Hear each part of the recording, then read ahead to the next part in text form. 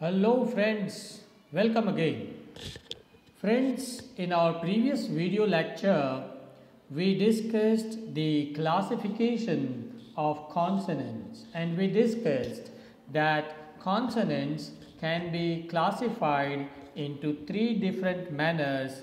Number one, place of articulation. Number two, manner of articulation. And number three, voicing.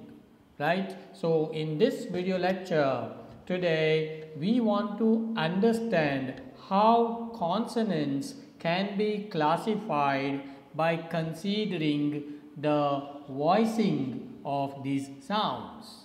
But before that, let me recollect that in English language there are 44 sounds, out of which 24 are consonants and 20 are vowels. Okay, consonants are the sounds which are articulated, which are pronounced with some obstruction within the mouth. Okay, so when the tongue touches the teeth or the tongue touches the palate, or when we close two lips, some obstruction of air is done and the consonants are produced. Okay, now the consonants, as I told you, can be classified into three different manners.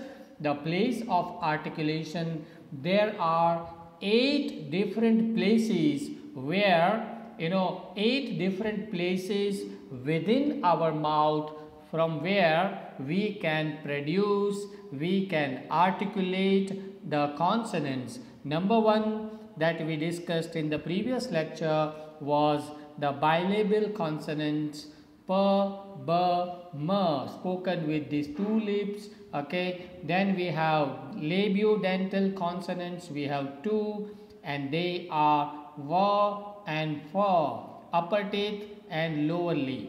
Okay, then we have dental consonants, th and the. We have alveolar consonants, t, s, d, z, n, l, r. These are alveolar consonants. We have palato-alveolar consonants like sh, ch, j, z. Okay, and then we have palatal consonants, and there is only one palatal consonant, and that is y, as in yes, yesterday, right? Then we have velar consonants, wa, rounded lips, wa, ka and ga, and the last one is a glottal consonant which is spoken from your glottis from here, and that is her, right? So these are 8 different places from where the consonants are articulated. Apart from this, the consonants can be classified considering how they are produced, how they are articulated, means from where the air is blocked and released. For example, the first one is the type of nasal consonants. There are 3 nasal consonants, m, n and ng, right? All these 3 sounds in which we block the air from the mouth and the air passes from your nose. Okay, so they are known as nasal consonants. Then we have stop consonants. Stop consonants means the air is completely blocked, and then all of a sudden the air is released. Say for example, pa. So in the beginning we block the air with these 2 lips and then we unblock the air. So air bursts out all of a sudden and the sound is created. So pa, ba, ta, da, ka and ga. These are stop consonants. Okay. Then we have fricative consonants. Okay, in which the air is partially blocked and partially open, and we have fa, wa, tha, da, sa, z, sha, ja and ha. All these are fricative consonants. Then we have affricate consonants. We have two affricate consonants. They are in fact a kind of a mixture of stop and fricative sounds, right? And cha and ja. These are affricate consonants. Then we have approximant consonants. We have three approximant consonants: wa, ya and ra. Va, ya and ra. And the last one is the lateral consonant, in which the tongue stops the air, but the air passes from both sides of the tongue, left and right, and the sound is created la, right? So these are some consonants. This is how we can classify the consonants considering the manner of articulation. Okay, and the last one is voicing, how the sounds are produced, whether they are voiced or not. Okay, see, all sounds are either voiced or they are voiceless. Voiced sounds are those sounds which make our vocal cords vibrate. When you touch here, there is a kind of, you feel that there is a kind of a vibration here in your larynx. So when you feel there is a vibration while producing the particular sound, you can say that sound is a voiced sound. But if you feel there is no vibration, then it is called a voiceless sounds, right? Say for example, voice sounds are those that make our vocal cords vibrate. Okay, we can feel the vibration here. Say for example, when you pronounce z, z.